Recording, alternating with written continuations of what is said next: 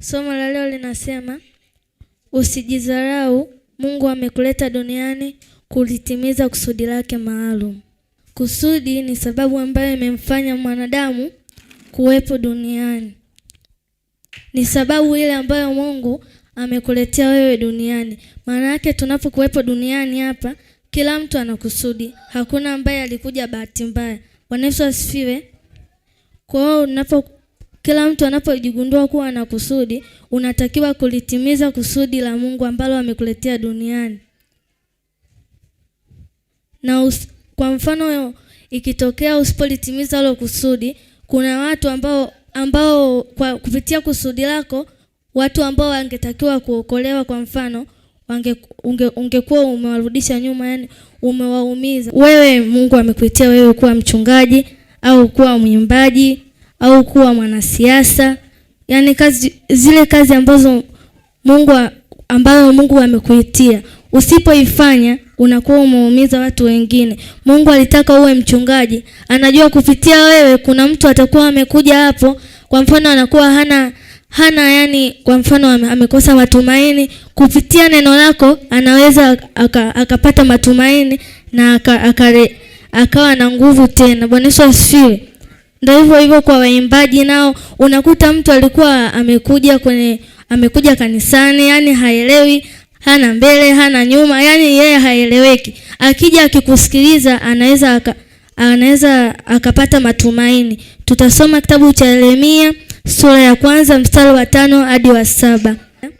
Kabla sijakuumba katika tumbo nalikujua, na kabla hujatoka tumboni nalikutakasa. Nimekuweka kuwa nabii wa mataifa. Ndipo niliposema, Bwana na Mungu, tazama siwezi kusema mimi ni mtoto. Lakini Bwana akaniambia, usiseme mimi ni mtoto, maana utakwenda kwa kila mtu nitakaye kutuma kwake, nawe utasema maneno nitakayo kuamuru. Bwana Yesu asifiwe. Tunamuona hapa Yeremia alikuwa anajidharau. Mungu alikuwa amemwagiza Yeremia, akawa anasema yeye hawezi kuongea kwa sababu yeye ni mtoto. Hatutakiwi kujidharau kwa sababu Mungu alivyokuumba alikujua. Ndio maana iko kitu alichokuwekea ana uhakika nacho kwa sababu alikujua. Na hatutakiwi yani kuwa tunachenga makusudi. Kwa mfano wewe, Mungu amekwambia wewe kusudi lako labda uwe mkulima au uwe mwanasiasa, uwe mwimbaji, uwe mwinjilisti, uwe mchungaji. Huyu Yeremia huyu aliagizwa na Mungu akawa anajikataa. Unakuta mtu ni mchungaji anaambiwa na Mungu, wewe ni mchungaji, kafungue kanisa. Anaanza kubishana na Mungu. Anamwambia, Mungu mimi siwezi uchungaji. Hatutakiwi kubishana na Mungu kwa sababu yeye anatujua. Bwana Yesu asifiwe. Kwa sababu Mungu amekuleta kwa kusudi, kwa hiyo unatakiwa ulitimize lile kusudi ili watu wengine waokolewe kupitia wewe. Kwa nini haukuzaliwa kipindi cha Agano la Kale, umezaliwa kipindi hichi?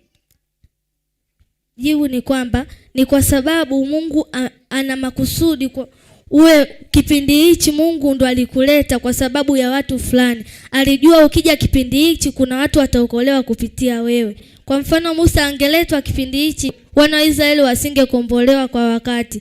Kwa mfano Musa angelikataa kusudi lake, Mungu asingemfanya kitu. Lakini wale watu ambao Mungu alikusudia ili alitimize kusudi lake kupitia yeye, wale watu waokolewe.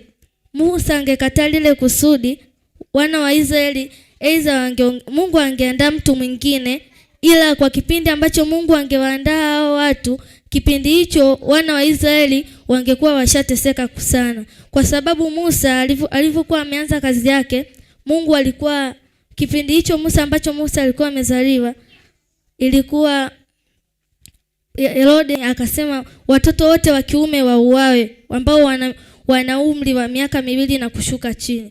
Musa akaokolewa kwa sababu Mungu alikuwa na kusudi naye. Akampeleka kwenye nyumba ya Farao, akamwandaa miaka 80 mpaka akawa anakuja kuwaokoa wana wa Israeli. Kwa hiyo Musa angekuwa amelikataa kusudi lake, Mungu tena angetafuta mtu mwingine wa kumwandaa, kwa sababu Mungu hawezi kumtumia mtu ambaye hajamwandaa. Angemwandaa huyo mtu, lakini wakati huo wana wa Israeli wangekuwa wameendelea kuteseka. Bwana Yesu asifiwe. Kwa hiyo hatutakiwi kuyakimbia makusudi yetu. Tutasoma Samueli wa kwanza sura 15 mstari wa 10. Bwana Yesu asifiwe. Tunamwona mfalme Sauli. Mfalme Sauli aliagizwa na Mungu, akaagizwa kwenye nchi, akaambiwa ukaangamize kila kitu ambacho kila kitu kilichopo katika hiyo nchi. Kwa sababu mfalme Sauli alikuwa amekosa utii, akaua wale ambao anaona hawafai, akajichukulia vinono, akamchukua na mfalme wao kama sikosei. Samueli akawa anajiuliza, ni kitu gani hiyo milio ya ng'ombe ninayosikia? Akamuuliza Sauli. Sauli akamjibu, tumechukua kondoo na ng'ombe ambao ni wanono, na wale waliosalia tumewaangamiza. Bwana Yesu asifiwe. Huko ni kukosa utii, kwa sababu Mungu amesema uangamize kila kitu. Uangamize ng'ombe, kuku, mfalme, kila kilichopo katika hiyo nchi. Kwa sababu Sauli alikuwa amekosa utii, akashindwa kulitimiza kusudi la Mungu. Mungu akatumia tena miaka mingine ili kumwandaa Daudi kwa ajili ya kuja kuwa mfalme. Kwa hapa tunaona wana wa Israeli walikuwa wameshateseka sana, kwa sababu mpaka Mungu anakuja kumwandaa Daudi inakuwa ni miaka mingi ishapita. Daudi alikuwa ana miaka 17 wakati anapakwa mafuta. Mpaka alipokuja kuwa mkubwa, mpaka anakabidhiwa madaraka ya kuwa mfalme, alikuwa miaka ishaenda. Wana wa Israeli washateseka. Kwa hiyo unaposhindwa kulitimiza kusudi lako Mungu ambalo amekuitia, unakuwa unawafelisha watu ambao wapo nyuma yako, ambao wanatakiwa kuokolewa kupitia wewe. Bwana Yesu asifiwe. Tamwangalia na Esther. Funua kitabu cha Esther sura ya 5 mstari wa 1 hadi wa 3. Kulikuwa kuna msaidizi wa mfalme alikuwa anaitwa Aman. Huyo Aman alikuwa hawapendi Wayahudi. Akapeleka ombi kwa mfalme, akasema Wayahudi wote wauawe. Bwana Yesu asifiwe. Hayo matangazo wakabandika kwenye nguzo. Wayahudi kila anapopita wanayasoma. Na hizo tarehe hizo zilikuwa zinakaribia. Mjomba wake Esther akamuita Esther akamwambia, tazama tunakaribia kuuawa, muendee mfalme kinyume cha sheria, nawe ukamwambie haja ya moyo wako. Bwana Yesu asifiwe. Esther huyu alikuwa anaogopa, lakini akajikaza akaenda kwa mfalme. Tunaona alipoenda kwa mfalme yule mfalme akamnyoshia fimbo, anamaanisha amemkaribisha. Mungu anataka sisi hapa tuanze ili yeye afuate. Mungu anafungua milango pale unapolianza kusudi lako. Bwana Yesu asifiwe. Esther alikuwa kusudi lake ni kuwaokoa Wayahudi ili wasije wakauawa. Alipoenda kwa mfalme akamwambia, nitakupa hata nusu ya ufalme wangu. Kwa hiyo Mungu anampa kibali, anampa neema, anamtia mtu moyo wa ujasiri anapokuwa amelianza kusudi lake.